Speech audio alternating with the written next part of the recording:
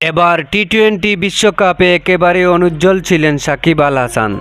বাংলাদেশের allrounder rating পয়েন্টে এখন 206। 3 ধাপ পিছিয়ে টি-টোয়েন্টিতে অলরাউন্ডার র্যাঙ্কিংয়ে এখন 6 নম্বরে সাকিব। দেশে ফেরার আগে তিনি দুঃসংবাদ পেলেন। 2012 সালের 21 সেপ্টেম্বরের পর থেকে গত এক যুগের মধ্যে অলরাউন্ডার র্যাঙ্কিংয়ে সাকিব কখনো 5-এর নিচে ছিলেন না। নেদারল্যান্ডসের বিপক্ষে ম্যাচে সাকিব সংগ্রহ মাত্র 47 রান আর উইকেট মোট 3টি। এই পরিসংখ্যানই বলে দেয় ব্যাটে বলে তার কতটা ছন্দপতন ঘটেছে। 222 রেটিং নিয়ে শীর্ষ অলরাউন্ডার এখন ওয়ানিন্দু হাসারাঙ্গা। তালিকায় আফগানিস্তানের মোহাম্মদ নবী এগিয়েছেন, আছেন দ্বিতীয় স্থানে। এছাড়া ভারতীয় অলরাউন্ডার হার্দিক পান্ডিয়া জায়গা করে নিয়েছেন শীর্ষ 3-এ।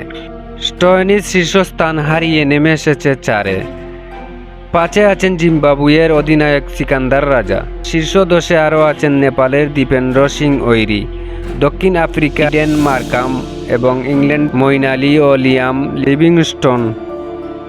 টি-টোয়েন্টি ব্যাটারদের র্যাঙ্কিংয়ের শীর্ষস্থান খুঁয়েছেন সূর্যকুমার যাদব। ভারতের এই ব্যাটারকে সরিয়ে শীর্ষে উঠেছেন অস্ট্রেলিয়ান ওপেনার ট্রাভিস হেড।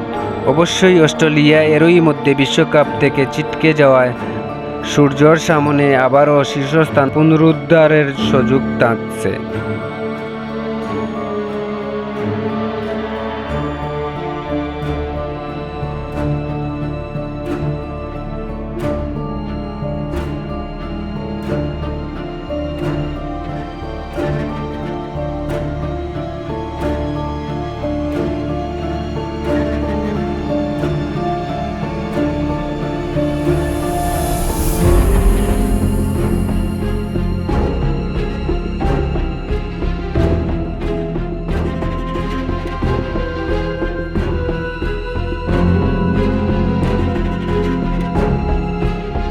অবশ্যই অস্ট্রেলিয়া এরই মধ্যে বিশ্বকাপ থেকে ছিটকে যাওয়ায় সূর্যর সামনে আবারও শীর্ষস্থান পুনরুদ্ধারের সুযোগ থাকছে।